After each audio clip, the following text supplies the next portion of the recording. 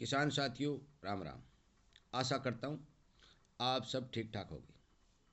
साथियों, आज हम चर्चा करेंगे आने वाले मौसम के बारे में।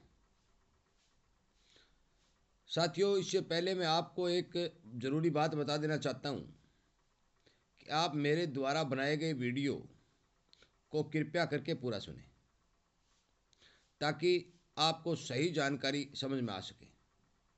और यदि आपको ये जानकारी अच्छी लगती है तो आप चैनल के साथ जुड़ें, अपने दोस्तों तक ज़रूर शेयर करें, ताकि वो इसी तरह की जानकारी का लाभ उठा सकें। साथियों, मैं आपको ये बात अच्छी तरह से बता देना चाहता हूँ कि अब जो 15 दिन का मौसम है, ये किसान के लिए बहुत ही महत्वपूर्ण मौसम है। और इसका कारण ये है कि हमारे खेतों के अंदर गेहूं, चना और सरसों की फसलें जो लगाई हुई हैं, वो जो फसलें हैं, उन फसलों के लिए ये 15 दिन का जो मौसम है, ये बहुत ही महत्वपूर्ण मौसम होता है। साथियों, मौके पर प्रवाही हवा चल रही है। पूरे मैदानी क्षेत्र के अंदर धुंध का वातावरण बना हुआ है, परंतु एक दो दिन में ही हवा बदलने के पुरजोर आसार बन रहे हैं। जिन जिन मौसम विशेषज्ञों की रिपोर्ट आ रही है, उस रिपोर्ट के हिसाब से ये हवाएं बदलेंगी और उत्तर पश्चिम की दिशा से हवाएं चलेंगी। साथियों, जब जब उत्तर पश्चिम से हवाएं चलती हैं, वो बेहद ठंडी होती हैं। दिन में धूप निकलती है और पाला जमने की भरपूर संभावना बनती है। जब पाला जमता है तो हमारी फसलों को नुकसान होने की आशंका बनी रहती है। इसलिए मेरा आपसे विनय निवेदन है कि आप जिन किसानों के पास पानी उपलब्ध है, वो अपने सरसों की फसल में हल्का पानी जरूर दें, ये देने की कोशिश करें।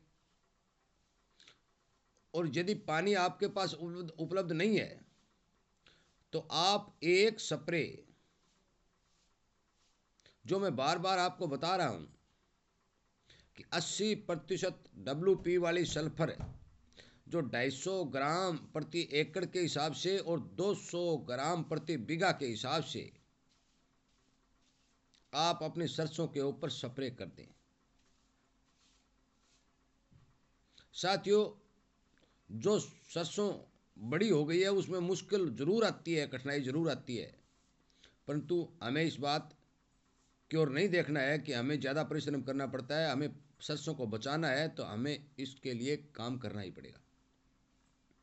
साथियों, हम बात करते हैं मौसम की।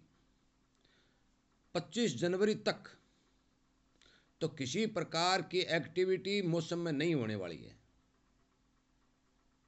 मैं आपको बता दूं कि 25 जनवरी के बाद 26-27 जनवरी को एक पश्चिमी विक्षोभ जो उत्तर भारत के मैदानी इलाकों को प्रभावित करेगा, हो सकता है उसमें कुछ बारिश की संभावना बन जाए, परंतु उसके साथ साथ दूसरा पश्चिमी विक्षोभ जो 27 और 28 जनवरी को फिर से मैदानी इलाकों को प्रभावित करना शुरू कर देगा। तो 26, 27, 28, 29, 30 और 31 तक जिन जिन विशेषज्ञों की रिपोर्टें मैंने पढ़ी हैं, उन रिपोर्टों के आधार के ऊपर मैदानी इलाकों में बारिश होने की संभावना बन रही है। साथियों, यदि हमारे इन इलाकों में बरसात हो जाती है तो हमें जिन जिन किसानों के जो पछेती सरसों या गेहूं हैं, उनमें फ़ायदा मिलने की संभावना बन रही है। एक बात साथियों मैं और बता दूं कि अब की बार जितनी दिनों तक ये सर्दी चलेगी तो चलेगी चलेगी, पर तो जब भी सर्दी खत्म होगी तो एकदम से सर्दी खत्म होगी और गर्मी का प्रकोप बढ़ेगा। साथियों, ये बात नोट कर लें आप। अब की बार गर्मी एकदम आएगी, पछेती गेहूं को नुकसान होने की भरपूर संभावना बनेगी। इसलिए कृपया करके अपने गेहूं की फसल का भी ध्यान दें। सर्दी का प्रकोप जारी है। सर्दी में स्प्रे आदि करना बहुत मुश्किल होता है, परंतु फिर भी आप थोड़ी हिम्मत करके अपनी फसल के ऊपर न्यूट्रेंट जो कि खादों की स्प्रे हैं, डीएपी, यूरिया वगैरह की, वो स्प्रे डालते रहें और फसल को मजबूत बनाते रहें, ताकि उसमें गर्मी और सर्दी सहन करने की शक्ति बनी रहे। साथियों, मैंने ये बात आपको बता दी कि मौसम 25-26 जनवरी के बाद बदलना शुरू होगा। इससे पहले किसी प्रकार की संभावना नहीं है। पाला जमने की भरपूर संभावना आगे आने वाले 4-5 दिनों में बनी ही बनेगी। इसका विशेष तौर पर ध्यान रखा जाए। इसके साथ साथ मैं एक और बात बता दूं कि साथियों, जो जो किसान सरसों की खेती करते हैं, उन किसानों के ऊपर यदि मौसम की मार पड़ जाती है तो एक बहुत बड़ा नुकसान होने वाला है, क्योंकि यदि पाला जमता है तो सरसों में नुकसान भी होगा और ऊपर से भाव नहीं मिल रहे हैं और भाव मिलने के आसार भी नहीं है। यदि एमएसपी पर आज आप बेच देते हैं, मैं पुरजोर दबाव देकर आपको कह रहा हूँ, हर वीडियो में ये बात कह रहा हूँ कि आप एमएसपी पर बेचने की कोशिश करें।